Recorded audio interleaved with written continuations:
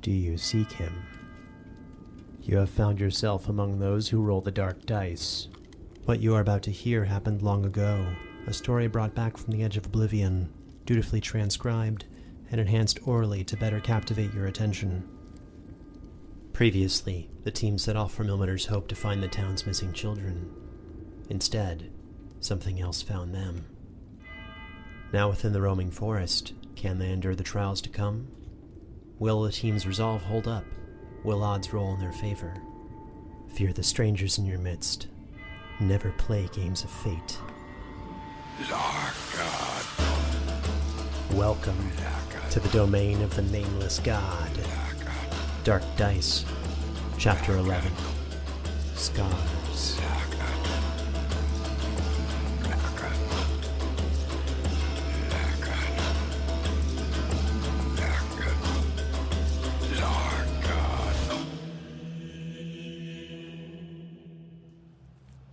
The team continued their journey north through the ever-changing colors of the roaming forest. As the team passed the next hour of travel, they had been awake and walking for 12 hours straight.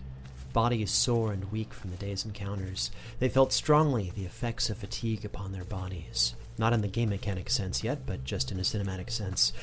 And it was slightly after this point in time that they soon noticed a cocoon suspended 5 feet in the air, some 20 paces off the path. The cocoon contained a head at its bottom side, belonging to Flygia, the blood gone from her now pallid complexion. 5 feet. That's pretty high for dwarves, I guess.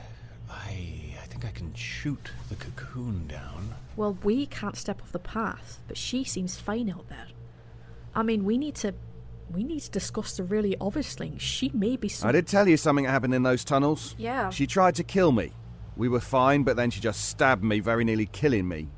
I know we had to deal with it, but she stepped out in that forest and no weird fog appeared, no weird mist, and she didn't get teleported back with us. And we know we can't step off the path and she's 20 paces out. Even if we manage to get her down, someone's got to go get her. I mean, I might have some sort of magic to bring her here. I grab a tiny pebble from the path and chuck it at the cocoon.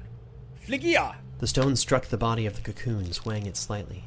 Flygia now needed to roll a d20. 15. Flygia remained unconscious. Wait a minute, doesn't matter how bad you feel. With these words I'm gonna heal. And I'm gonna cast Cure Wounds on her, level 1, because I'm not giving her any more. So that's 8 healing. Flygia exploded outward in a mass of worms, beetles, and maggots, which fell onto the ground and quickly scattered, chittering in different directions. I turn around and cover my face. Am I awake now? Flygia could not hear their calls of disgust or vomiting. We are left to assume that she was still meditating on the path some 45 minutes ahead of the party. I just turn around and cover my face. All right, good to know. Let's get out of here. That tells you what I think about her. The team collectively failed their sanity saving throws, increasing their stress by 10 and shaking their trust in their senses. I'll take the damage. I'm not even going to do it. I'll take that. That's grim. That wasn't Flygia. That was one of the tricks to try to catch us off the path. But now, if we do meet her, we're not going to be able to trust it's her.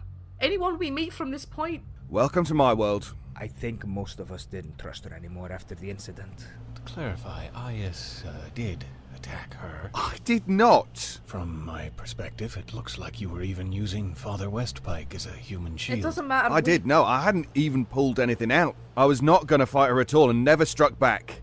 Then why was she wounded? She was like that when she came back from the other side of the stones. Oh, never mind. I realise how crazy that all sounds now, saying it loud. I saw it. I saw your hand stuck in the stone. We can't trust her.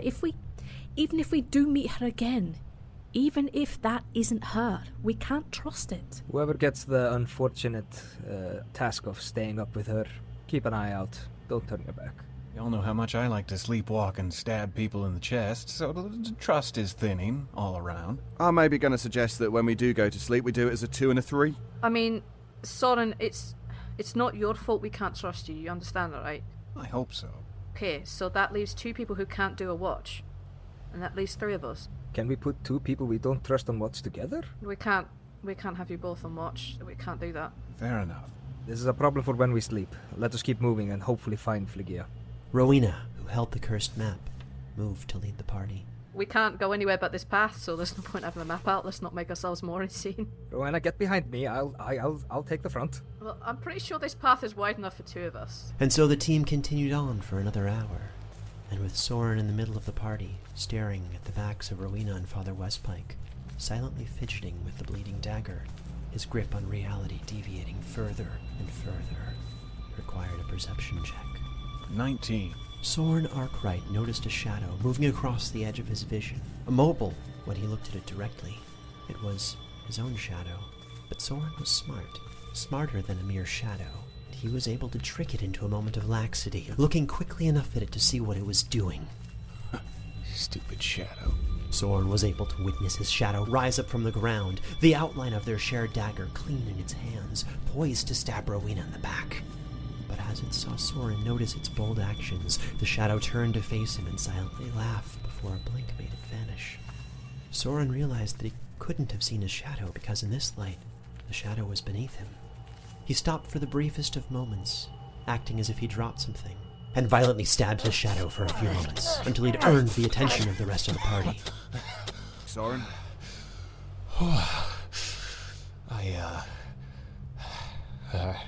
I'm so embarrassed to say this, but, I might just be a little low on sleep. I think I just saw my shadow threaten to stab you, and then it looked at me in a most unpleasant manner. So just, watch me and my shadow as we go along, if you wouldn't mind. Okay. How about this? How about we all just hold on to each other? So if you think you're about to go attack someone, I'm not saying me, but if I feel your arm going to pull a dagger out and stab someone else, then I'll know it in a second and I'll pull you back. I also think I saw something beckon me towards the trees again. The faint light faded back behind the trees in the distance before the others could spot it. What we've got at the moment is clearly not working, and also you need to feel safe too. Are you suggesting we hold hands? Yeah. At least then we know that the person we have hold of is a person we can trust because they've not disappeared or gone on us, and we can check each other and make sure that we're not about to stab each other or run off madly into the distance. This is like an improved version of the buddy system. I don't think we have much choice right now. And also, like, randomly stepping off the path and disappearing. I didn't know where I was going when I jumped off the path. If I was holding on to you, I would have gone with you too. You're right. I grab Rowena's hand. Absolutely. Let's stay close and stay on the path. Cuddles? Anyone? Eyes? Sure, why not? We've gone from rugged independent types to the Wizard of Oz in like 10 seconds. You're just upset because you're not holding my hand. The team traveled that way, hand in hand, for another 10 minutes before they could see a figure up ahead.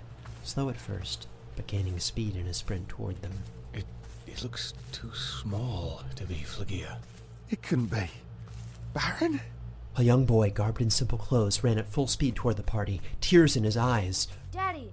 Dad! The boy looked exhausted and tired, but continued at his pace despite his condition. It's my son. Yes, it might not be. I know it might not be, but for the time being, let me at least hope. I approach quickly to the small thing running towards us. Does it look like a dwarven child to me? This was definitely a dwarven child of around 10 or 12 years old. Light stubble was already lining his face, and though physically young, the creases around his eyes spoke of hardships never mentioned. His clothes and feet were covered in a mix of dirt and mud, his hair matted and smeared as well, but he ran to give Iaus a big embrace that none could find the strength to step between. I take a step back and I'm, intently studying the situation. Me too. Barrin, is it really you? Of course, who else would I be? I escaped the cultists. I kicked one of them in the nuts. That's my boy. So why are you here? I came looking for you. You did? Oh, gods be darned. I knew you'd come. They took us. I think they used magic or something. I only remember being in bed, and then in the woods. We were walking, and there were so many of them, the bad men and women. There was no opportunity to escape until just about 10 minutes ago. They've got my friend still. Maybe about 6 hours that way. 6 hours? But you said that... No, it's nothing. I'll let the others think about that. Come here. I'll give him another hug. You're saying that the others and the children are just up ahead, but also 6 hours ahead? Yet, you just escaped a few minutes ago? Getting back is a lot faster. It's after you get through the gates that it gets more difficult to go back. Did the people that had you captive tell you that? No, we've been walking for days, though, and I passed all of the places we'd walked in minutes. Bright child you have there. Yeah, I know. He gets that from me. How many of the children have survived this far? Do they have all of them? Not all of us, no. At the gate, the big one outside in the mist, before we went underground, the big scarred guy killed Gilly. But he had a very important question. Can I... Oh, shit. Can I just make sure this is actually my son? As Iaus leaned back from the hug to take a better look at his son's face, rolling a 17 for perception, he could see nothing wrong with his son's physical appearance. But the expression on Barrin's face was one he'd never seen before. Something sinister. Feeling without a body, yearning without a soul. Do you seek him? Oh, bollocks. The hairs on Iaus' neck rose as blood trickled from his chest, cutting open the wounds that Flygia had created not more than a day ago. Stay where you are, you're not gonna get far. And I'm casting Hold Person on that little cretin.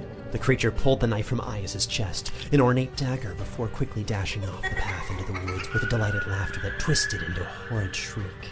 As it fled, the boy grew taller and more emaciated, its clothing melding into its flesh. But the spell did not take hold over the Silent One. Those who followed its path noted the 3 glowing orbs staring back at the party, delighted, before vanishing fully beyond view, leaving the team in a defensive silence. His will breaking, Iaus gained 25 stress damage as he remained in place, kneeling, quietly shaking, father on the edge of tears. Rowena and Soren glanced around the team, verifying that the immediate threat had ended. I'm really sorry, Iaus. I've been worse. Have you? I'm gonna reach towards his stomach and heal the wound. By all that is holy, please heal this man. Show him the light of love and the warmth of friendship. Let's just get you talking again. You don't look so well. Tell me something that was worse. A bear. It was definitely a bear. Bear? What do you mean, bear? It just came right at us and tore her throat open. What? Whose throat? Rowena's. When we found the body, she was like that. But she's right here. It wasn't a bear. It was me. It was me. I killed her. I was going to kill her. I'm sorry. Iaus, I think you're not well. Just shut up and let me explain. I've never had family before, never been this close to someone and had them taken away and put back in my grasp like a goddamn lure. I've endured some pretty horrible shit in my lifetime and I can't think of a worse fate, so I won't kill her because out of all the shitty things that have happened here over the past few days, I don't want you to have to go through that, Sindri Westpike. Your fucking cousins may be sadistic bastards, but you've proven to me one thing on this journey, and that you are not one of them. You've been reliable, you've been faithful, you've been honest, and you are the only one of us who doesn't seem to have any alternative motives other than to help me rescue the children, my son included. You had plans to kill Rowena? Yes, and I'm sorry. Despite everything she's done thus far, she's decent enough and I have no plans to harm her anymore. You both know I'm right here. Then I suppose. Then I accept your apology. Pullo teaches redemption and forgiveness, and I would be... You are forgiven for your dark thoughts, Iaus. We all have dark moments, and as long as we do not act upon the temptation, and we are able to grow from them, remember this moment. Now let me help you up. You are healed. Thank you. Not to be a mood killer, but your promise of no murdering friends, that extends to me as well, right? Let's get going. My son's out there somewhere. The team continued walking in contemplative silence for a while longer, until eventually, the shape of a figure meditating in the middle of the road appeared. Weapons at the quick draw, still on edge, the team stepped closer, until they were a mere 10 feet away from the figure that resembled Flygia. Finally, you're back! I've been waiting here the whole time! Where did you go? Apparently walking off the path teleports most of us. Flygia, we need to make sure it's really you. Perception check, natural 20. Okay, she looks pretty much the same, except that she's got a tattoo that appears to be glowing slightly. What's with the tattoo? What? What's that tattoo you got? What tattoo? The one on your neck that's glowing. This one? I've had this the whole time. What are you talking about? Anyone else noticed that before? I have no recollection of it, but I never gave her... I didn't look her up closely when we met her. I'm assuming that it's some kind of pagan druid magic thing. That tattoo you have on your neck. This is from my nights of service with the Darkbloods of Merkif's Hollow. Oh. I don't speak of it. I hide it. That's why you didn't see it. Yes, are you sure? I think deep in my memory, recalling the history of that specific mark. Natural 1. Fuck. Oh. Natural 1. Natural 1. Okay, so I'm still pretty sure it's from the Darklands, but I can't recognize it. I've seen my fair share of the Darklands slave brands, and this has the signs of being one. I'm just not sure which one, so it checks out. And you did not see it when I was in my wolf form. Yeah, or your crazy murderer form. People usually don't pay attention to my neck as much as you do. I happen to have a thing for necks, but you're just not my type. Tall and independent? Female. Ah, that's fair. Flygia, Yes? When we got put to where we were, they said that we should just keep walking on the path and go straight, and if we go off it, then really bad shit will happen. So, why don't you lead the way? You seem to be in here pretty fine on your own, so if you go ahead and we keep following up. Pathway's not really wide enough for 3 of us, so... Are we officially adding to the buddy system? You want me to lead the way, but you didn't even tell me where in the 9 hells you went. You just left me here for 2 hours, or 3, or however long it was. You remember that thing when I said about that, like, going into the mist makes bad shit happen off the path? Yeah? What happened? We got teleported back to the start. Back to where we were, that weird creepy little guy that was sort of hung in a tree. So you just walked all the way back here? Yep. Oh, we hustled. We did our best. Actually, we all held hands and sang a musical number or 2 on the way. We saw some things that tried to pull us off the path. Illusions and such. Do not trust your eyes while you're here. I believe anything we see until we reach the castle can be dubious at best. So we go on to the castle then? Yep. Good, let's go. You, for whatever reason, seem to be safer here than the rest of us, so you should probably lead the way. I'm one with nature, Rowena. I gave her a wry smile, which just hides utter terror. Flygia's grin and wink stayed with Rowena long into the walk, replaying over and over again in her head. Rowena had learned much today, from murder plots to ooze attacks, to bearing witness to some truly horrible events she would rather soon forget. It wasn't until approximately 7 additional hours of walking that she noticed the slowing pace of Father Westpike. Aged, his hands shaking, holes lining his gloves and shoulder from the earlier encounter with the acid. He'd now been awake for at least 20 hours. Up ahead! It looks like an archway. Sure enough, perhaps a quarter mile ahead stood a large, empty stone archway, the path passing directly through it. Should we camp at that archway ahead? Well, it looks nicely inviting, so it's obviously the place not to camp. I agree with that. It looks like the archway's from the tunnel, right? Yes, but not as intricate. It looked like the simpler ones. Wasn't there something about time moving differently through archways? Yeah. There was. Yes, time goes slower for those on the other side of an archway, so when you pass through, things will change and we'll have to move faster. So we camp on the other side. Slower time means more time. No, see, if you're on this side of the archway and you look through to the far side of the archway ahead, you'll be watching things move slower on that side. Time dilates and shifts at different intervals here, but the arches are the one constant. We are pursuing the kidnappers and running to beat the sundial for sure, but the reason we've had so much time afforded to us is because these archways are slowing them down at every step. I suspect the results are cumulative, so whatever's at the far end of these arches may only experience a few moments pass as hours go by on this end. So we'd want to camp on this side to sleep faster, so to speak. Then pursue our enemies through the archway. We want to stay here. Yes, so should we set up camp here? Everyone fine with that?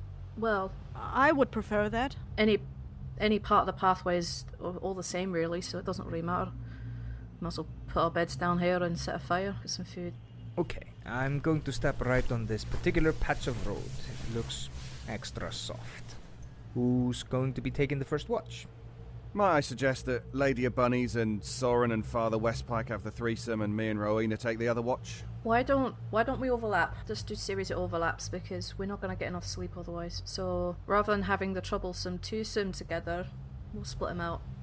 Like Father Westpike and Soren, me and Pike, me and Lady, and then oh no, we don't want to put you two together, do we? Look, I'm young and stupid. I'll do a longer watch.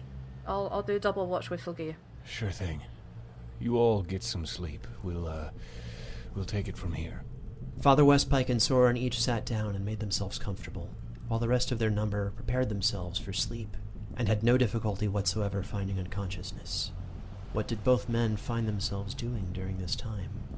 In a uncomfortable way, I'm kind of studying Soren for probably the first 30 minutes. And I will be primarily looking around for anything coming from the woods or any sense of danger, and secondarily watching my own shadow. There would be 3 hours on this shift, and while Soren began to unconsciously play with the cursed dagger, and Father Westpike tried to rationalize the events of the past day in his mind, the two men required Constitution saving throws to remain awake. Both remained awake, sharing a muted hour together, then another, eating from their dwindling trail rations, but not sharing a word between them. The bags under Soren's eyes told a story all their own as he stared upon the baleful constellations above, and at one star in specific, while Father Westpike looked over the new scars on his hands, until finally one broke the silence. Soren, what did you call that star again? I believe it's part of a particularly baleful constellation. You had a name for it earlier, I believe. Yeah, it's been sticking in my mind somehow. Iratia. But I don't remember much more beyond the name and a certain elated feeling I get when I look at it. Yeah, maybe elated isn't the right word, but it's almost like an adrenaline rush, like I'm expecting something to happen at any moment. Like its very presence dares me to bold actions in the way that a song might call one to a dance they can't remember the steps to. I know there's something missing here, and I feel like I'm a part of it, a part of something greater. I feel its call, and it terrifies me. You have a very little memory of your past life, right? From before the monster hunts in the Bright Vale. I do, or I don't. It's always been a sort of a strange gray area for me. Perhaps you were an astrologist. Your fascination with the stars seems to have no end. I'm not sure if the fascination is on my end with them, or on their end with me. The call of the stars. I spent many nights wondering what the stars really look like. My hometown didn't really let you look at the sky. Always covered in fog and smog. I envy you people that get to look at the stars from early age, to wonder about the universe, the world we live in. I don't know where we're going. I don't know how things will turn out, but I hope the best for all of us. Me as well. I want to trust you. Can I trust you? Well, most of the time. I can't say 100%. Seems I have a knack for going off. Well, your honesty is something to be envied. Most people would say yes and just turn away. I thank you for that. I will do my best to get us all out of this. I appreciate that. And truly, if it ever comes down to it, if it is either me or the rest of the group, I hope you'll know what to do. I will keep the group together, and I will get us all out of this. The rest of us, that is. Thank you, Sindri. Thank you, Soren. I leaned back, looking a little bit more peaceful than the first 2 hours of staring. During that time, Innskeep's dreams were pleasant, yet unnerving all the same. He found himself reliving the past few months of his life. However, things were not exactly as he remembered them. Eyes felt happier, more content, yes. He remembered a game he used to play, cheating travelers, pilgrims, and adventurers of their coins with his lucky dice, taking from them with each interaction. He was unsurprised to find himself slyly raising prices. He grinned almost subconsciously as his tail picked copper from the pouches of a young dragonborn couple trying on matching sets of armor. He smiled, hellish inner fire almost visible in his eyes as he offered lone travelers a very special discount on rare items he had locked away in his basement. He only let serious customers down there, he told them. Slowly, with strange familiarity, Iaus watched as he sold them powerful relics at great discount, patiently waited for them to settle in for the night in the room on the second floor. Iaus watched as he walked back to the basement, holding a small yellow and brown herb in his hand, waiting until it began to smolder, burn. Iaus then placed the herb into a seal copper pipe in the basement, and waited for a few minutes as he chewed a gray root and relocated his guests to the basement while his son still slept. Iaus was surprised to see who it was this time. Unconscious Cordellum dwarves posing as pilgrims, led by Raynar, the supposedly noble paladin of Tempest. They were probably searching for the dozens who came before, and more would come soon enough, giving Iaus the gold he needed to help his village prosper. Iaus embraced the thrilling moment when he sharpened his blades and unfolded his proper torturer's kit. The sounds were familiar to his prey, and he waited for them to come to before turning around and daring them with a wink. Iaus's thumbscrews had been well prepared, and everything put in its very proper theatrical place for their inevitable return to consciousness. He wanted to put on a show, wanted them to feel the fear that they'd made him. No, best not dwell there, not tonight. That would spoil the mood. It was daytime. Iaus was back in his shop, placing new gear on the shelf. Dwarven gear. It had taken some time, but every piece had been thoroughly cleared of any personalization, and modified with false crafter's marks, just like the Cordellum had taught him. He was good at this, and he enjoyed being in control. Cracks suddenly began to appear in this memory, the dream, and Iaus was not entirely sure if he was looking at his past or future. Then, just as suddenly as the dream started, it ended, and he slept dreamlessly, but not at peace. Sindri's gonna let Soren go to sleep, and I'm only going to wake up Rowena. He's sitting down, looking worse for wear. He has his hammer out, and he's polishing it a little bit. And he has Soren's sword to the side, and he intends to work on it a little bit this night. What did Rowena do during that time? I think she's probably like writing a tribute song to the sister, because that's something she's not really had a chance to sit and sort out yet. So yeah, so now I think about it, like, they're in a place which is full of nature and magic, and they've seen a bunch of weird stuff recently, so it's probably about time that she sat down and did something like that. Yeah, so I think she's probably just sitting there and writing and just having a look up at anything that kind of peeks off the side of her hearing or anything such like that, really. And she's kind of writing that and looking over at Father Westpike, who looks, I'm gonna guess, somewhat worse for wear. Tired into his bone. There's a heavy silence. Rowena can tell there's something if she's at all paying attention to the mood. Father Westpike, who usually tries to initiate conversation with her, is currently very deep in thought and seems focused on the sword he's working on. I'm assuming he's polishing it with some kind of acid. I think she's probably noticed. I think she's not just only used to it, but she's kind of relying on it, if you know what I mean. And if it's not there, I think for her that'd be really uncomfortable. Is everything okay, Cos? Sorry. My mind was somewhere else. Yes, everything... No, not everything is fine. Everything is far from fine. This is... Yeah. Look, I know nothing here is okay, but you seem a little bit worse for wear.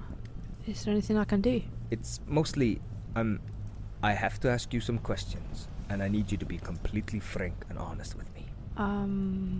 This might change the future of our relationship. Whether you're going straight home once we're done with this madness. Ooh, she looks really hurt and worried. Well, I will always try and be honest where I can. I guess I'll you the truth, whatever you ask, but I've got nothing to hide. Previously, you mentioned a man by the name of Silial, who apparently interacted with your family. Can you tell me anything more about him? What do you want to know? He left a little bit before I left. I mean, what do you want to know about him? You left a few months ago.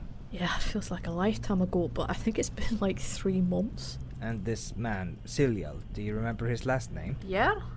It was, his off Strathman. It's what I feared.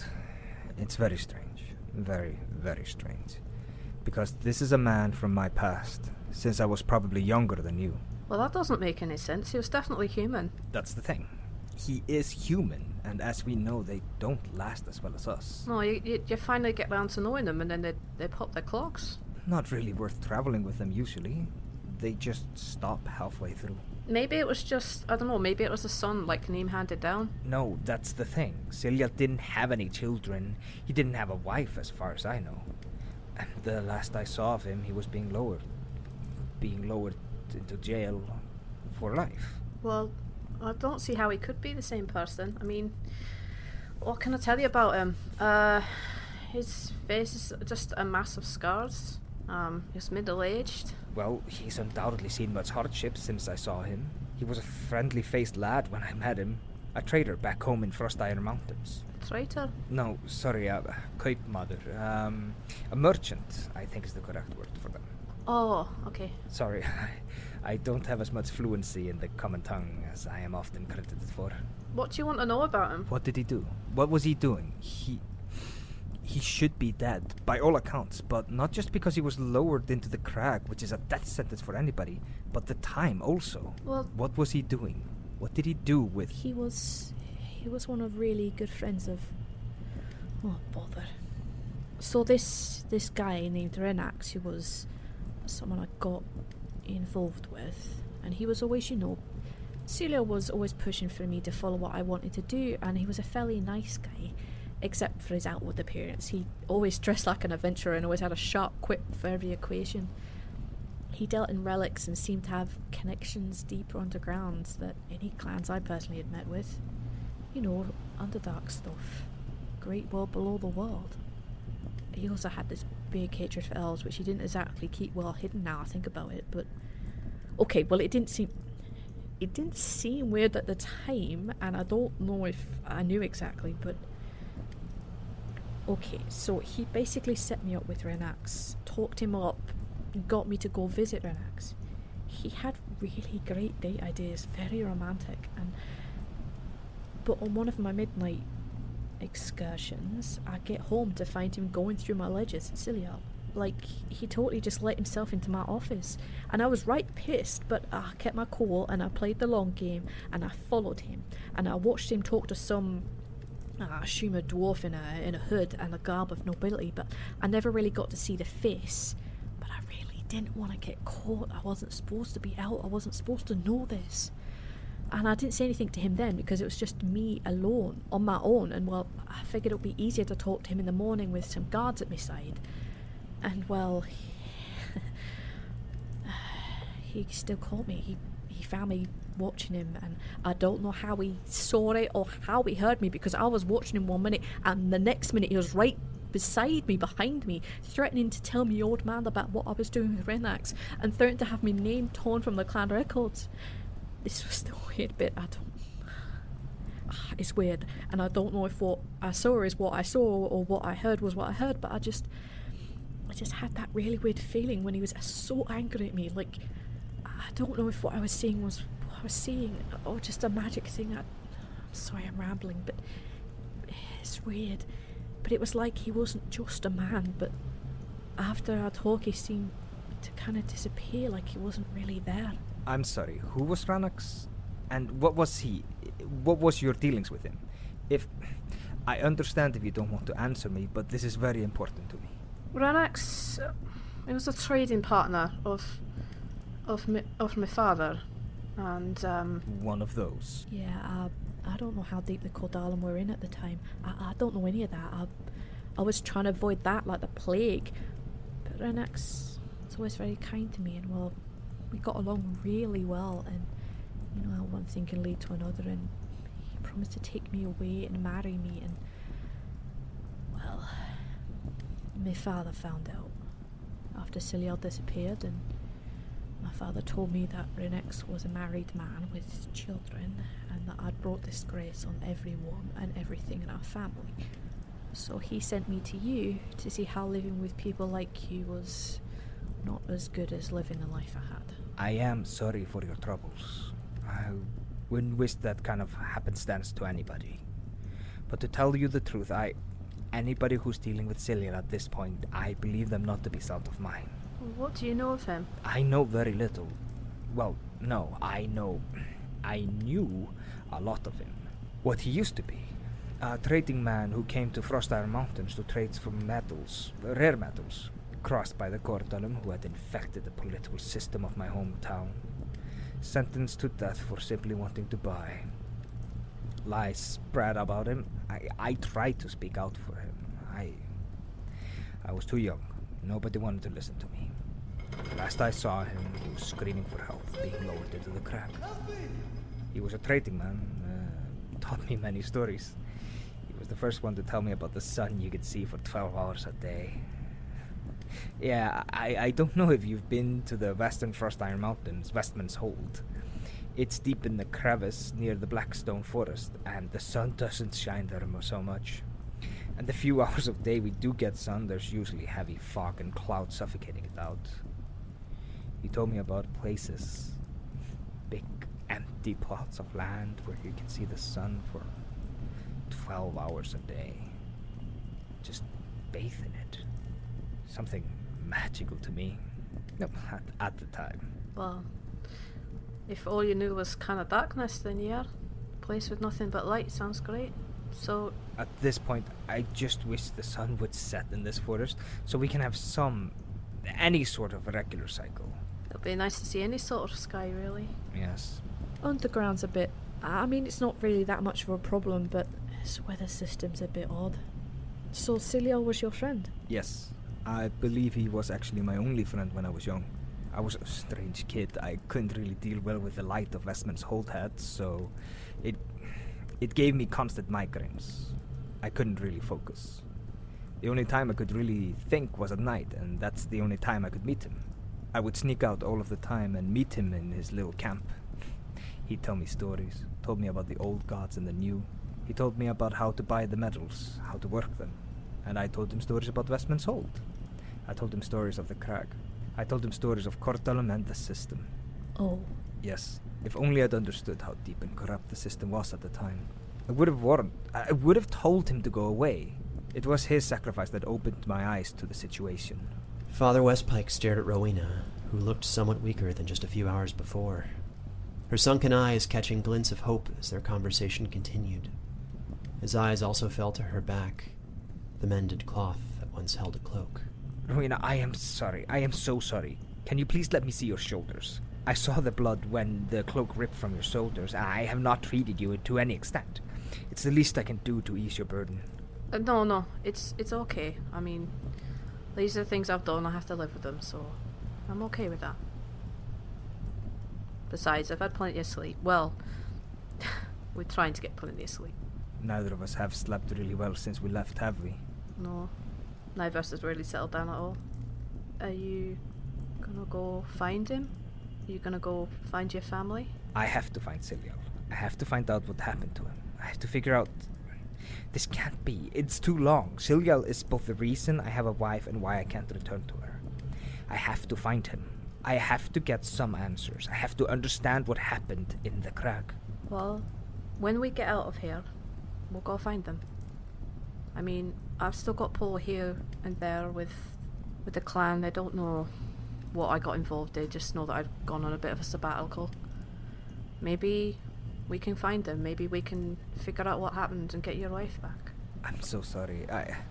I don't talk about this, but you've clearly taken the wrong idea from what has happened to my wife and children. I know exactly where they are. I just can't return. Why not? Because they will kill them. They will be killed if I show my face in Westman's Hold. Not if I... Which is why I have to ask you this, and I'm very glad to hear we're on the same page here. If I don't manage to return from this forest, from this expedition, you have to return to my wife. You have to tell her I was a good man, and I left to protect them. I only got to leave them a letter, and I'm gonna put my arms around him. You don't even have to have asked that.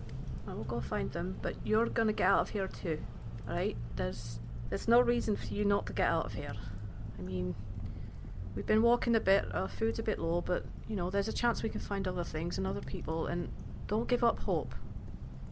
Because if you give up that, then I've got absolutely nothing if you do that.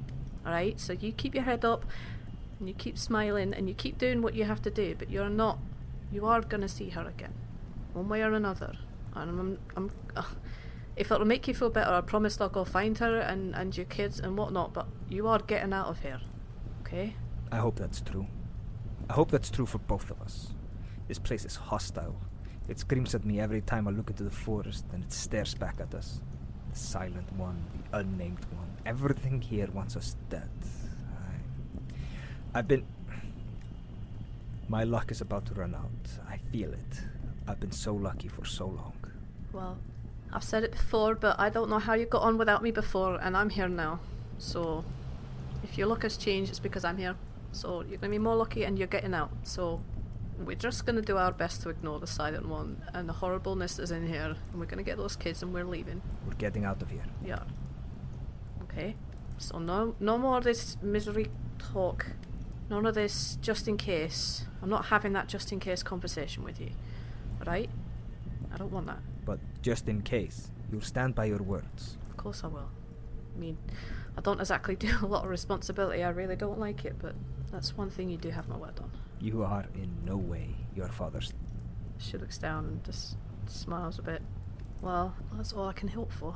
When we get out of here, I'm going to go see my wife. I'm going to show you my daughter. Show her somebody to aspire to be. Other than my wife. How do I speak? Oh, I can just say that maybe we ought to practice that speech before you see her. She knows how bad I am at words. She gets the meaning, not the words. She is a beautiful woman. You're a good person. I'm glad I met you. I'm glad I met you too. There's truly hope for the future of the Kortalum if more like you are being born. She shrugs, rolls her eyes. She's like, you should get some sleep. You look like death warmed up. And I feel like it too. Go to sleep. I've got this. We've not got long left anyway. And if things go wrong, just blame it on me. I mean, that's how it normally goes. Seriously, get some rest. You look terrible. He's leaning into the shoulder hug you were giving him earlier. He feels small at this point. Well, he feels smaller than he actually is. Yeah, she just keep her arm around him and just like refuse to let go until he goes to sleep. It's like, no, you're not doing anything. So, picking up that acid note, just put it away. Just get some rest. Can we just do one last thing before I go to bed? Just in case I don't awaken. What's that? Can we sing a prayer for Tsavorite, Cavernsfall? I know it's a sore topic, but I miss her dearly, and a prayer is perhaps the closest I would ever get to her again. Sure, but this time we'll do a slightly happier version, okay?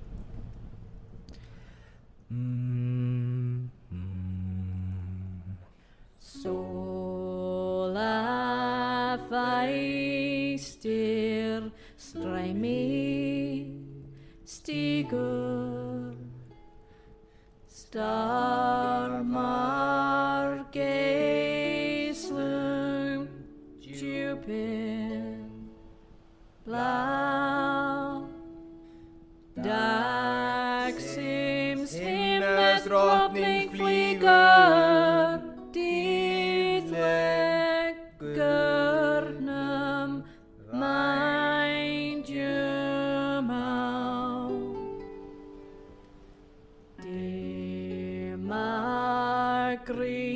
Dimagrimu geislei regur Klarfur kissir dalor Ho Alla þjóðtil orkur merkur eilífurgur morgunsól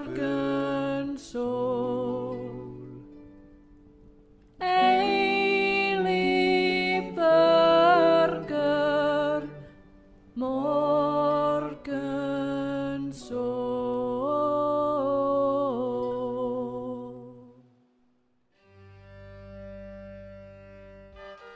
Dark Dice, Chapter 11, Scars. Starring David Ault as Innskeep, Peter Lewis as Soren Arkwright, Eyþór Viðarsson as Father Sindri Westpike, Kessi Riliniki as Flygia the Witch, Cleveland as Lady Rowena Granitepike, Nora Merksamer as Barrin, and Travis Vengroff as Dungeon Master, with transcriptions by Cleveland. This episode was co-edited by Sarah Buchynski and Hemlock Creek Productions. Produced with sound design by Travis Vengroff, with mixing and mastering by Hemlock Creek Productions.